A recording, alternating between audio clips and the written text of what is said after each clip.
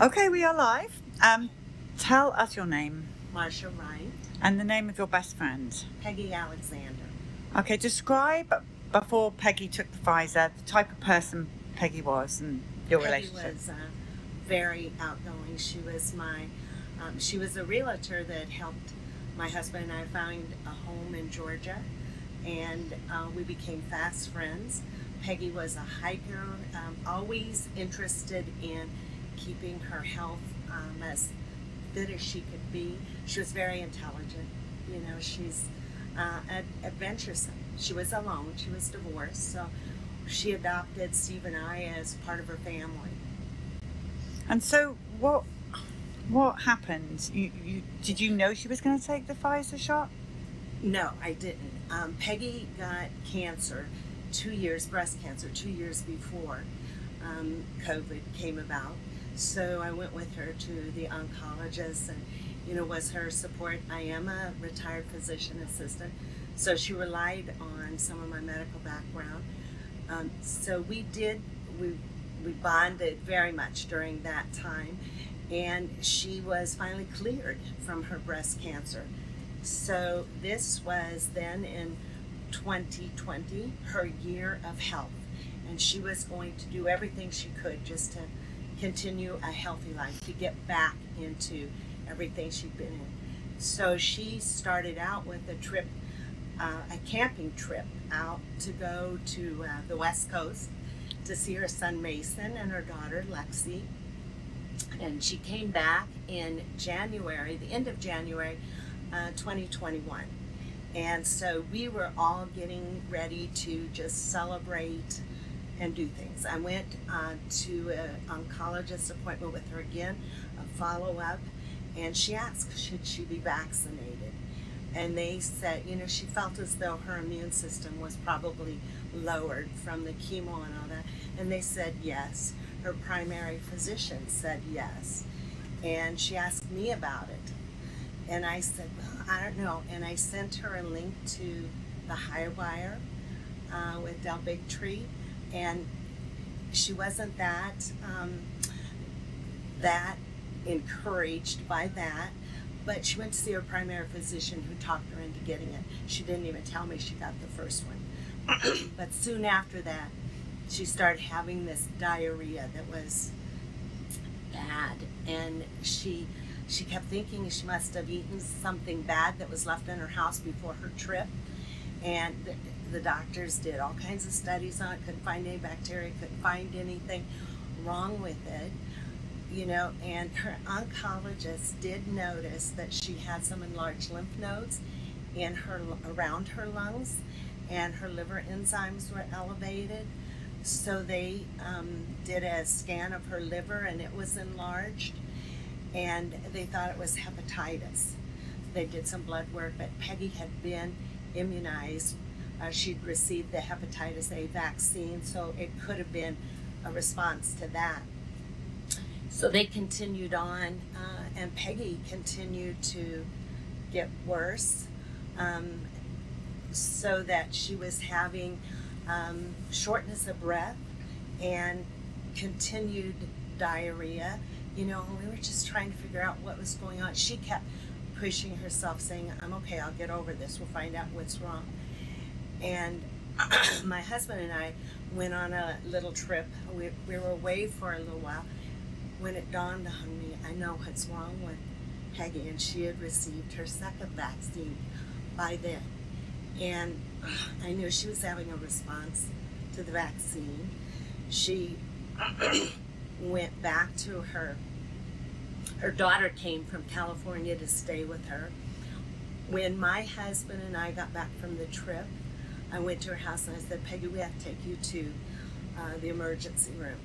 So we did. We took her to the emergency room, and I told the doctor, the physician, she's had both vaccines. So they did check her for any type of embolus, pulmonary embolus. That was negative.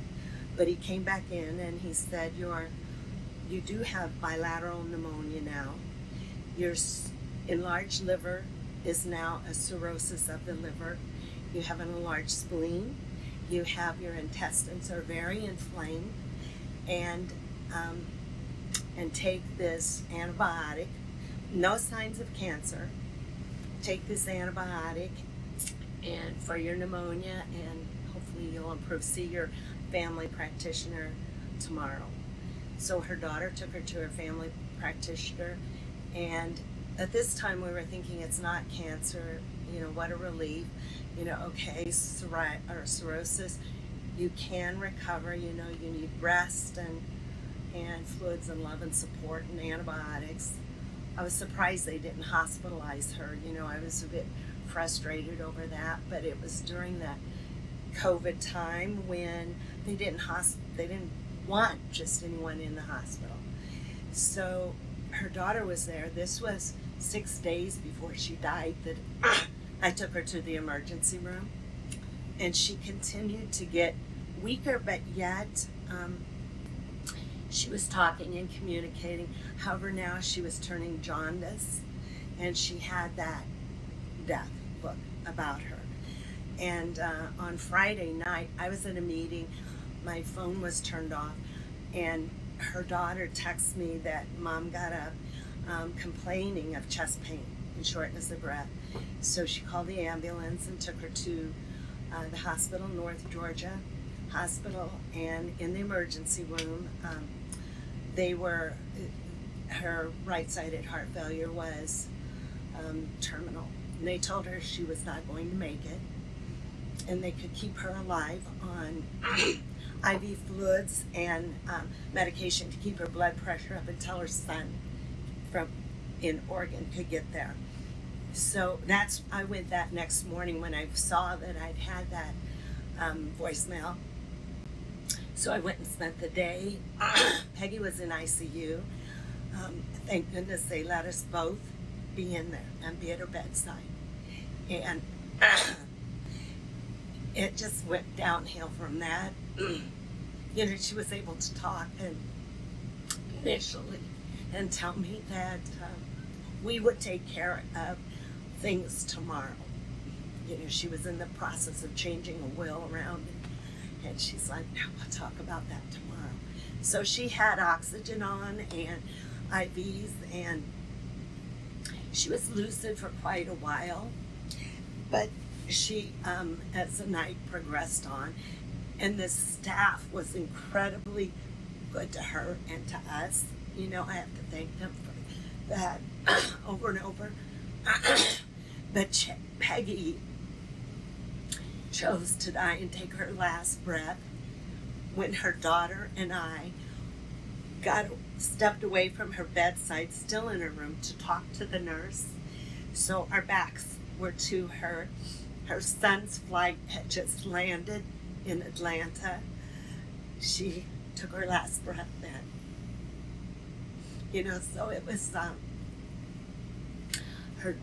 it was difficult, and her daughter had told me that in the emergency room, the doctors told her she was full of cancer, that Peggy was full of cancer, and I had just had her in the emergency room 6 days earlier, and they said no cancer.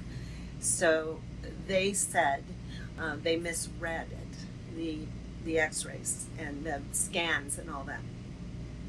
And I truly believe that Peggy, that at the time she got the vaccine, the first one, and these lymph nodes were in her lungs and an enlarged liver, I don't think the radiologists have seen enough studies of patients who had a response to the vaccine for them to identify that this was more than just enlarged lymph nodes. I think that happened a lot throughout this course. I think the medical profession was dumbfounded with some of the things that they were seeing and not knowing how to label it. So that's my story. The loss of my great friend, and a loss that shouldn't have happened. It definitely, the timing and everything was so, when she started just going downhill, was so telling that it was a result of something, not that she'd eaten, but something that was different for her. You know, and I knew enough to know about cytokine storms and enough to know about inflammations, and the information that she was being told just did not sound right. Thank you for telling Peggy's story. I'm sorry that happened to her. I am Just given terrible advice by the medical professionals. Yes, she was. Just, I had gone to the same primary care doctor that she did. I was given the same story. I understand why Peggy decided she needed it, because they were also telling me the same story. And I was like, no, I don't think so. You know, I just need, you know, whatever it was that I was in for. So, yeah, bad advice. Bad advice. Thank you so much for telling the story. Autism destroys families, and more importantly, it destroys our greatest resource, which are our children. Robert F. Kennedy Jr. pledged to find out what is driving the country's rise in autism. Compiling medical records from a number of databases. He'll direct resources to study environmental factors, exposures, and external factors. Scientific progress on this has been slow because scientists are frankly scared to ask the question.